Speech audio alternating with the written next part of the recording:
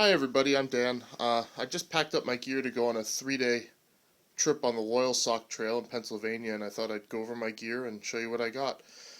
Um, I wouldn't call my stuff ultralight. It's kind of lightweight with a little bit of comfort in mind. I know most people aren't quite ready to go completely ultralight. I'm one of them. So I have a few comfort items. My base pack weight is around 12 pounds, and that's only my summer gear. It's about 15 when I pack 3 season, but it's 12 as it's packed right now. So I'll show you what I got. Okay, this is my fully packed gear. My pack is a Go-Lite Jam. It's the older model. They came out with a new set of 3 different sizes this year. Things have changed a little bit, but it's a 50-liter pack, weighs about 2 pounds. I haven't made any changes to it. I haven't trimmed the webbing straps down or anything like that, but that's always a possibility. Go over a few things on the outside of the pack real quick. Safety whistle, just in case. My tiny little button compass, just in case I need that. Trowel for digging cat holes. You always need that. Strapped to the bottom there is my tent. It's a Mountain Hardwear Sprite Solo. You could go way lighter than this if you wanted to switch to a tarp or to a tarp tent or something like that, but I usually bring a dog with me, so it's easier to keep him fully enclosed. He's calmer throughout the night if you do that. I repackaged it in this Cuban fiber dry bag, save a little bit of weight, plus it keeps everything dry. I also replaced the bag that the steaks are in with a small Cuban fiber stuffed sack, saved a fraction of an ounce or something like that. And since I did that, I had to stick the poles on the outside of my pack because there was not enough room in that dry bag for the poles. But it's no big deal. They fit nice in that compression strap right there, and they tend not to go anywhere. I have a couple of snacks on the outside also. Some Packet Gourmet stuff and a baggie of dried fruit that I kind of pieced together myself. Oops, which is open. Anyway. In the front pocket here, I have a lock sack. I believe it's an OpSack model. It's just a really fancy Ziploc bag. Has most of my toiletries. Couple of cigars for camp if I decide to smoke them. My headlamp is in there. You see it's a little Petzl E-Light. Charger for my cell phone, just in case I want to recharge that. I mostly use it to listen to music and to take pictures. Miniature deck of cards, a little trail journal. Underneath the trail journal, you can't really see, it's a spare battery for charging my cell phone. A foldable toothbrush, just a cheap thing I got at Walmart. Here's my water treatment. It's Aquamira, which I repackaged into smaller bottles to save some weight because I'm not going to be out that long. I don't need to carry the full 1-ounce bottle of each solution, and that's just a little bottle to mix the solutions in. Here's my cord. It's 50 feet of Spectra. It's not quite as strong as paracord, but it takes up less room and it's lighter. And I got some Dr. Bronner's and some bug repellent, some Vaseline just in case of chafage or something, or blisters. I have 2 of these 1-liter Platypus soft bottles. I use those for camp water because they're light, they don't take up any space. This is my pillow. It's a Flex Air Ultralight, I believe it's called. You actually stick a drinking straw in through this hole on the side and inflate it.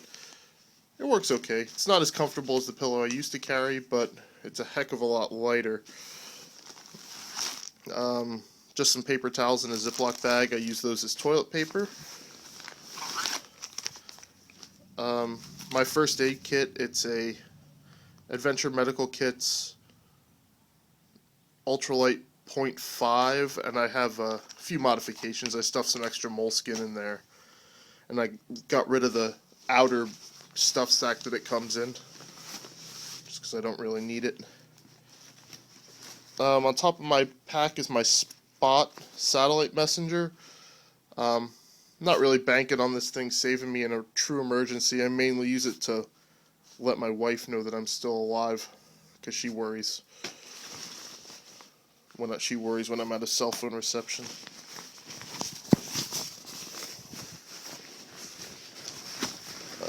Inside my pack, first thing I pull out is my Xped Schnozzle pump sack, or pump bag, I forget what exactly it's called. It's basically a huge, super thin dry bag, and it has this connector on the bottom, which I can use to it'll connect to the inlet valve on my air mattress, my air pad. It's a Xped Sinmat UL 7, which is also in here. Right there, Xped Sinmat UL 7, weighs about a pound. This bag, basically just flop it around in the air, fill it up with air, roll it down, and it kind of inflates, and you push the air out through that connector, and you can inflate your air pad with like 2 breaths. Otherwise, I just have spare clothes in there. Just a spare pair of shorts, shirt, socks, and that's it. Oh, and my little wind shirt slash rain jacket.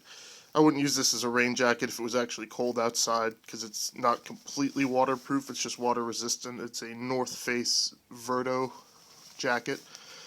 Only weighs like 3 ounces, so it's plenty good for summer showers.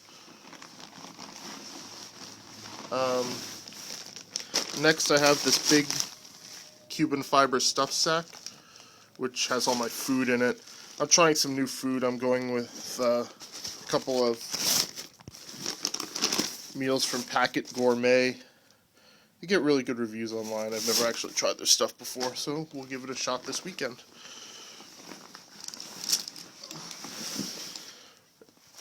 On the bottom is my sleeping bag in a compression sack. It's just a cheapy compression sack, and it could sea to summit. It's Cordura fabric. Inside is my sleeping bag.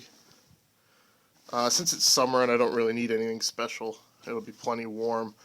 I'm just carrying a Big Agnes Cross Mountain 45.